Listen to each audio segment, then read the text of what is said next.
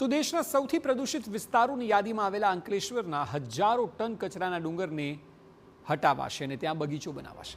અંકલેશ્વર નગરપાલિકા માત્ર ₹2,75,00,000ના ખર્ચે અંકલેશ્વર માટે નામોશી ગણાતા વિસ્તારની શકલ સુરત બદલવાની પ્રયાસ કરી રહી છે। સોલિડ વેસ્ટ મેનેજમેન્ટ પ્રોજેક્ટ અમલમાં મૂકીને ડમ્પિંગ સાઇટ પર કચરાનો ડુંગર હટાવી ત્યાં બગીચો બનાવવાની યોજના છે। રોજ 80 ટન સોલિડ વેસ્ટનો નિકાલ કરાઈ રહ્યો છે। કચરાને 3 અલગ અલગ હિસ્સાઓમાં વહેંચીને પ્રોસેસ કરાઈ રહ્યો છે। ભીના કચરામાંથી કમ્પોઝ ખાતર બનાવાશે જે પાલિકાના બાગ બગીચા અને આસપાસના ગામોની સીમના ખેતરોમાં વપરાશે। કચરામાંથી નીકળતી માટીથી લેન્ડ ફિલિંગ કરવામાં આવશે। ત્રીજા હિસ્સામાં પ્લાસ્ટિક વેસ્ટ છૂટું પાડી તેને રીપ્રોસેસ્ડ પ્લાસ્ટિક પ્રોડક્ટ મેન્યુફેક્ચરિંગ યુનિટને રો મટીરિયલ તરીકે વેચીને કમાણી કરવામાં આવશે। પ્લાન્ટ સંપૂર્ણપણે સોલિડ વેસ્ટ મેનેજમેન્ટ નિયમ 2016 મુજબ જ કામગીરી કરશે।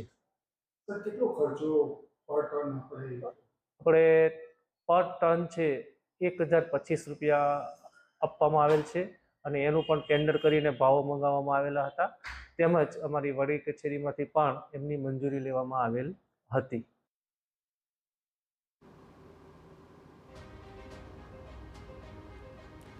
અંકલેશ્વર નગરમાં 34,000 રહેણાંક અને 8 કોમર્શિયલ મિલકતોમાંથી દૈનિક 40 ટન ઘન કચરો નીકળે છે। અંકલેશ્વર નગરપાલિકા પ્રોજેક્ટ અંતર્ગત કચરાના અડધાથી વધુ ડુંગરોનો નિકાલ થઈ ચૂક્યો છે।